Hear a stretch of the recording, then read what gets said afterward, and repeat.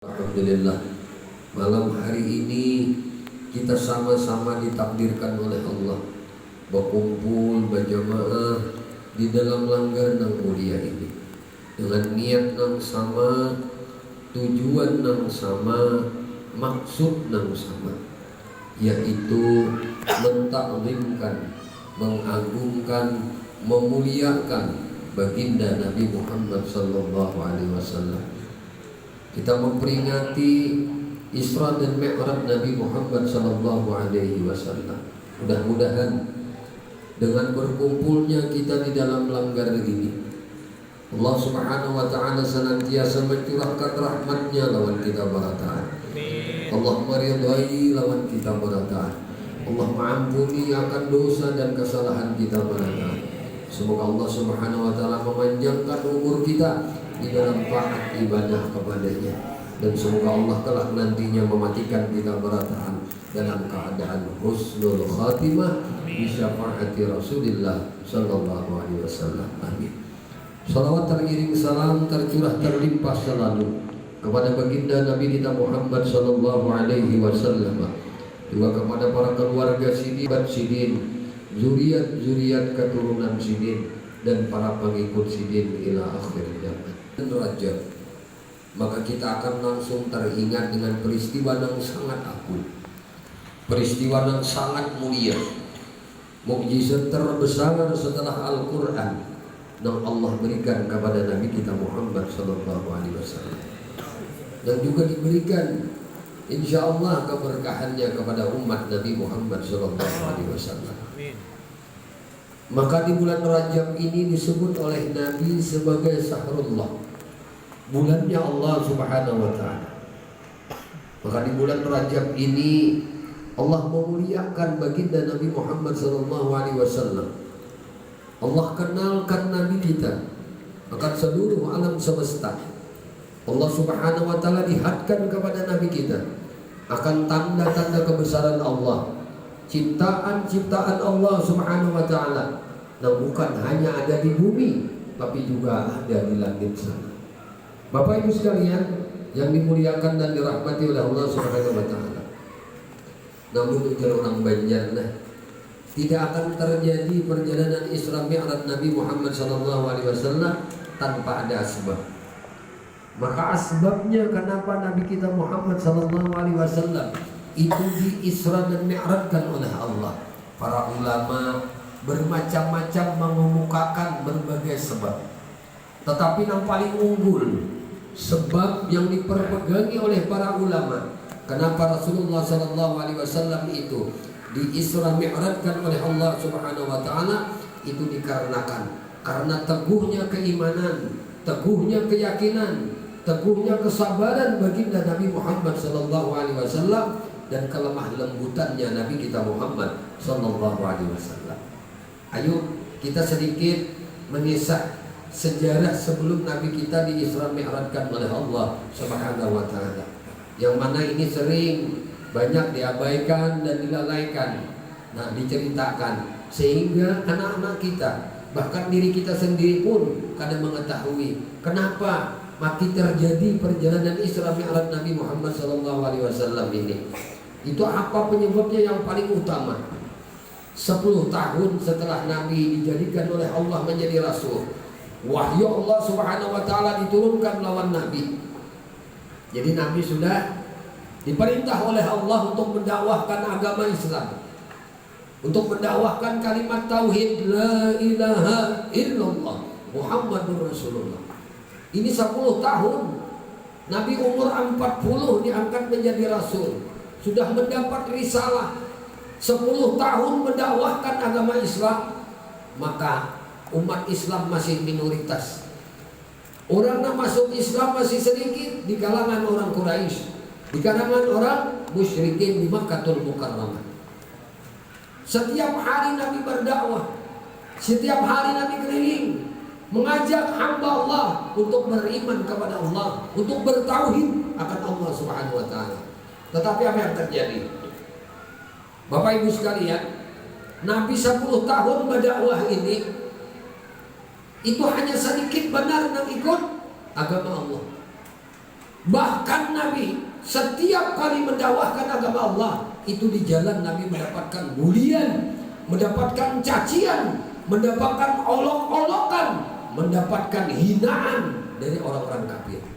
Dipadahkan Nabi Muhammad itu sebagai tukang sihir, Nabi Muhammad pendusta, Nabi Muhammad sebagai pengkibul, macam-macam disambati lawan Nabi kita Muhammad Sallallahu Alaihi Wasallam. Ayo, coba kita lihat sekarang.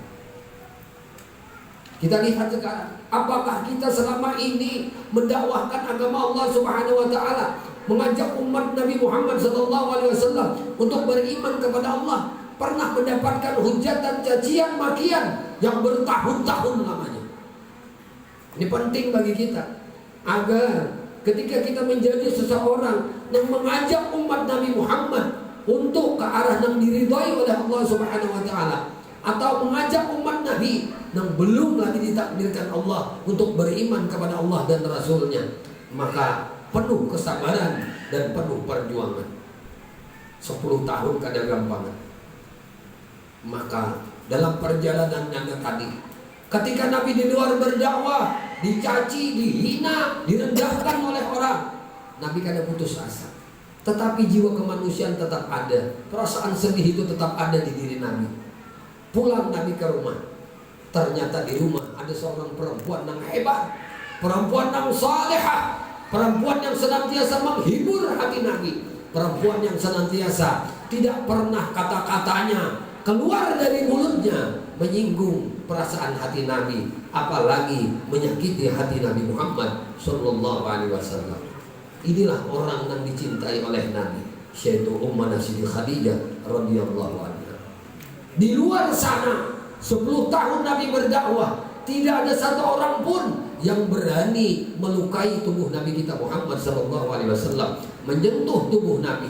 Kenapa? Karena ada seorang laki-laki yang menjadi talabang lawan Nabi, yang menjamin akan keselamatan Nabi.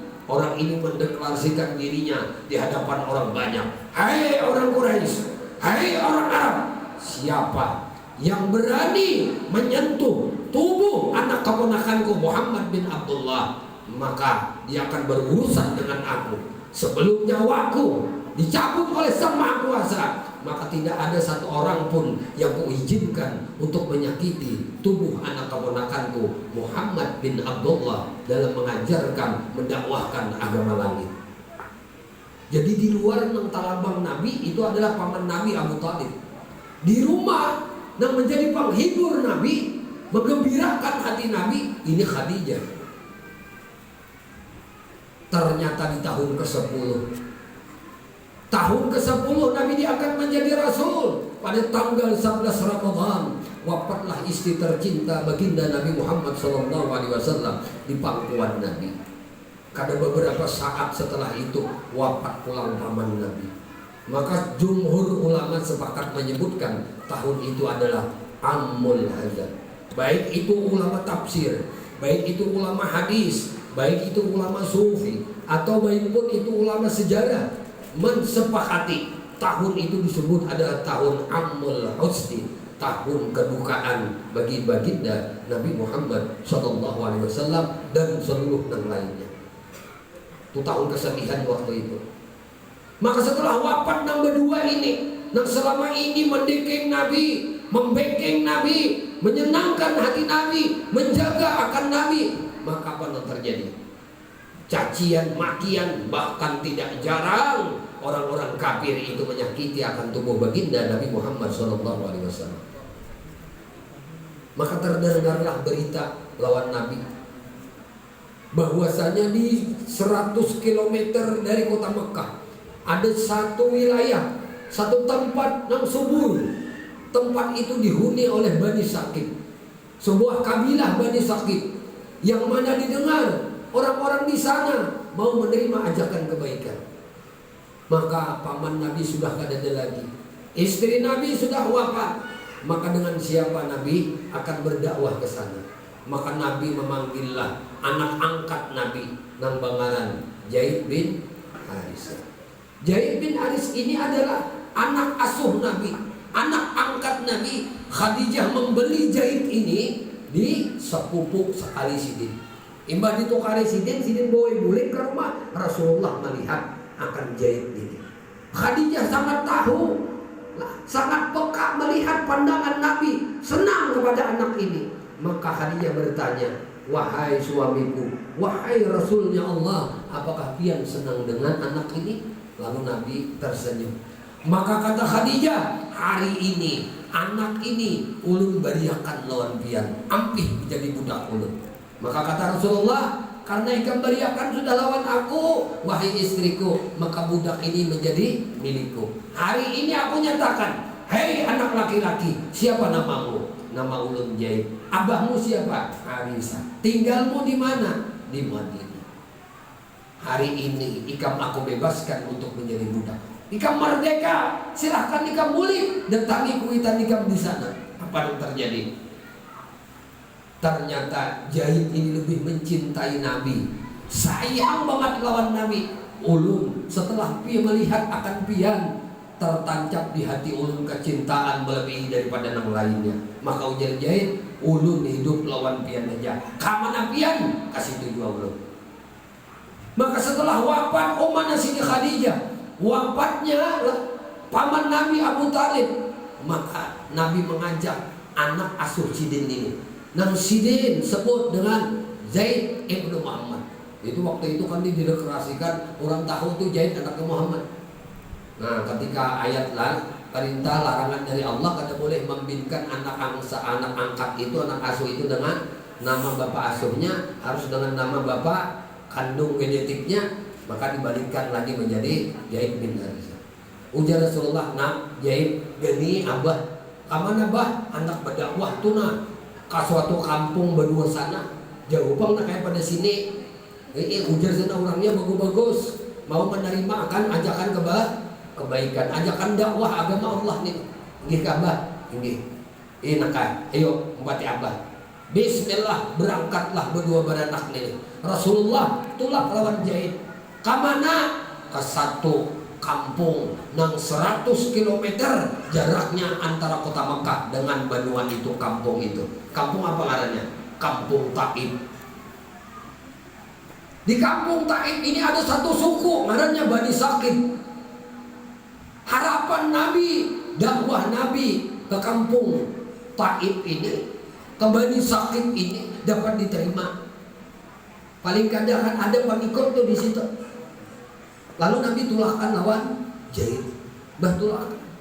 Bah apa tulah? Bah kuda, bah unta, bakal jahit, bah bakal. Ada. Nabi tulak lawan Zaid berjalan batis. Ketipak berdua beranak berjalan. Kemana? Ke Taib. 100 pal berjalan. Pulang pergi. Lah berapa? 200 kilo pulang balik. Ada lewat ini orang yang berdakwah berjalan wani 100 kilo. Ini penting sejarah agar kita cinta lawan Nabi itu jangan sepenggal. Jangan saparu nang nyamannya aja mencintai Nabi. Perkara sakitnya kada mau obatin Nabi. Belum lagi kita dikatakan pecinta sejati kepada Rasulullah SAW, amun kada melakukan ini.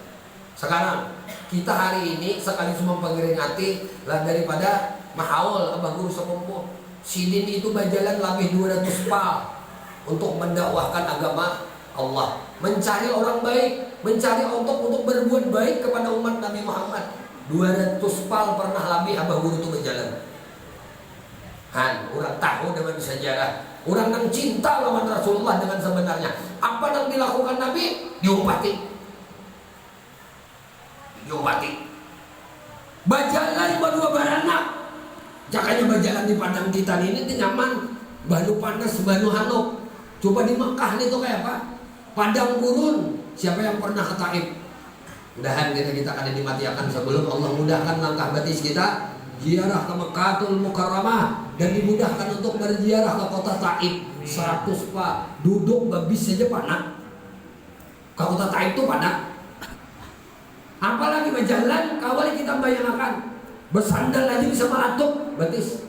Ini berdua beranak Rasulullah lawan Zaid tulakan ke Taib. Sampai di Taif, kada buru-buru masuk ke kota Taif. Mulai atas gunung sudah gerebakan batu kayak hujan. Mana wakil Nabi? Berdarah dahi Nabi. Zaid melihat Rasulullah berdarah dahinya. Zaid berteriak, "Hei orang-orang kaum Taif, penduduk Taif, kalian tidak tahu siapa ini? Ini adalah kekasih Allah, ini adalah Rasulullah. Kami kesini untuk mengajak kebaikan, tapi orang yang kada tahu, kada pernah melihat lawan Nabi. Lah, kada pernah melihat. Lalu Zaid ini memeluk akan Nabi, dipeluk oleh Zaid Rasulullah. Akhirnya kepala Zaid belah kepala Zaid, mumui lawan darah. Rasulullah melihat anak asuh ini berdarah kepalanya. Nah, kita kan bisa masuk ke Taif, kita cari tempat untuk beristirahat. Maka tulaklah Nabi, sampailah di satu lembah Saibah. Masuk Nabi di sana memberisihi luka yang ada di dahi. Zaid disapu oleh Nabi kepalanya. Alhamdulillah sembuh. Lah kada mengeluarkan naga di darah di kepala si Zaid. Lalu Rasulullah mengangkat tangan. Sebelum Rasulullah mengangkat tangan, datang malaikat penjaga gunung. Ya Rasulullah, ya Habiballah, ulun tawarakan diri lawan pian. Ulun ni wahai Rasulullah penjaga gunung ni tenang. Ulun melihat kelakuan orang Taif ini, ujar bahasa kita tuh kerigitan. Bila pian izin akan, maka gunung yang ulun jaga tu ulun angkat. Ulun balik, ulun tumpahkan ke kota Taif. Sebagaimana umatnya Nabi Lut, yang mereka itu mendustakan akan ajakan kebaikan Nabi-Nya. Ujar Rasulullah, malaikat, wahai malaikat, aku diutus bukan untuk menjadi tukang laknat. Aku diutus oleh Allah untuk menjadi rahmat. Nabi mengangkat tangan, Allah mahdi qaumi fa innahum la ya'lamun. Ya Allah, berilah petunjuk kaum. Kaum ini itu beri petunjuk ya Allah. Fa innahum la ya'lamun. Mereka tidak tahu tentang kebenaran. Mereka tidak tahu tentang kebaikan. Maka ujar Nabi, hai malaikat, aku masih berharap andai mereka tidak beriman kepada Allah, tidak beriman kepadaku, tapi aku masih berharap bahwasanya kelak nantinya dari sulbi-sulbi mereka ini akan lahir anak-anak yang beriman kepada Allah dan beriman kepadaku. Lalu Nabi berdoa, ya Allah ya Rabb, berikan kesabaran kepada kami, berikan kekuatan kepada kami, berikan keikhlasan kepada kami, berikanlah kesabaran dalam hidup kami, berikanlah rasa bertawakal sepenuhnya kepada Engkau ya Allah. Anda yang Kau takdirkan kami berjalan menempuh perjalanan untuk mendakwahkan agama Engkau ya Allah, melebihi daripada tempat ini, dan kami di sana kelak nantinya akan mendapatkan cacian dan makian, akan mendapatkan kesakitan. Kami senang ya Allah, kami mau ya Allah, asal Engkau ridha. Kayak apa Nabi pasrahnya dengan apa yang ditetapkan oleh Allah Subhanahu wa taala. Maka setelah berdoa seperti ini, Nabi mengajak Zaid, "Nak, kita bulikan nak. Buliklah ke Makkah, berjalan pulang 100 pak." Lalu Allah perintahkan malaikat Jibril, "Jibril, aku perintahkan engkau ajak Mikail untuk mengundang kekasihku. Aku hendak melihatkan tanda-tanda kebesaranku di atas langit." Kenapa? Karena Nabi ditempa jiwa yang sangat kokoh, kesabaran yang sangat luar biasa, ketawakalan yang bulat kepada Allah Subhanahu wa taala. Ini yang dimi'rajkan oleh Allah. Orang yang tahan banting berpuluh-puluh tahun, orang yang mencontohkan kesabaran, orang yang mencontohkan kasih sayang kepada sesama. Ini yang diisrakan, ini yang dimi'rajkan oleh Allah Subhanahu wa taala. Antal Mukhtar, antal Mukhtar. Engkau orang pilihan ya Rasulullah. Engkau orang yang dipilih oleh Allah, engkau orang yang disayangi oleh Allah Subhanahu wa taala. Kalau tuan guru dengar kisah ini pindah ciut, lah pindah ciut, ya itu teh. Artinya bisa juga aku ke jalan ini. Ini diambili orang aja untuk berdakwah oleh alasan kejauhan. Gunung jauh mah awak, oh ya. Nah, bujurnya deh. Mendakwahkan ilmu Nabi, mendakwahkan syariat Nabi. Hati-hati akhir zaman banyak kasirul khutbah qalilul ulama. Banyak penceramah tapi sedikit yang jadi ulama, sedikit yang mewarisi akan ilmunya Nabi Muhammad sallallahu alaihi wasallam. Bapak Ibu sekalian yang dimuliakan dan dirahmati oleh Allah Subhanahu wa taala. Sedikit lagi mungkin 10 menit kita jam 11 sudah ambihan Allah. Terus Nabi lawas guru bayar dia sudah. Kada apa-apa guru, kemana kali bawa orang? sampai jam 4 setengah 5 buruhnya sampai ke rumah. Lah malam nih kadinya nang siang malam setengah 5 sampai ke balik ke rumah. Ada apa? Nangis di dalam perjalanan itu nangis, ya Rasulullah berjalan apa nih diambil orang memotor, hanya dibawa orang ke padang gunung aja, ke gunung nak ada aspal aja berkilo-kilometer, sakit parutnya duduk di dalam motor. Artinya makan mulai rumah sampai ke situ lapar pula. Mulai situ makan ulang balik ke rumah lapar pula. Tahun kantuk-kantuknya sampai ke rumah tak kantuk masuk angin. Di setengah 5 subuh hanya sampai. Tak tangis itu kan bapak. Ada apa-apanya lawan Rasulullah Sallallahu Alaihi Wasallam. Ada apa-apanya.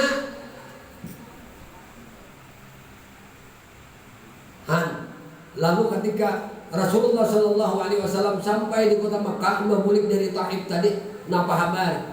Nah, Nabi kita nginap di rumah sini.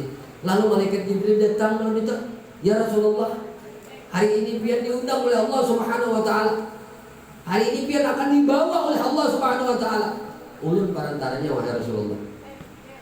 Ini Nabi bulik dari Taif itu kada sedih. Kalau pakai ini kada disambut oleh orang, dicaci, ditawaki orang membantu, bulik ke kabau sedih kada, karena bulan rasa tawakal Nabi kepada Allah Subhanahu Wa Taala. Gembira Nabi bulik, jahit gembira juga mengawali Nabi bulik ke Makkah. Inilah yang diundang oleh Allah Subhanahu Wa Taala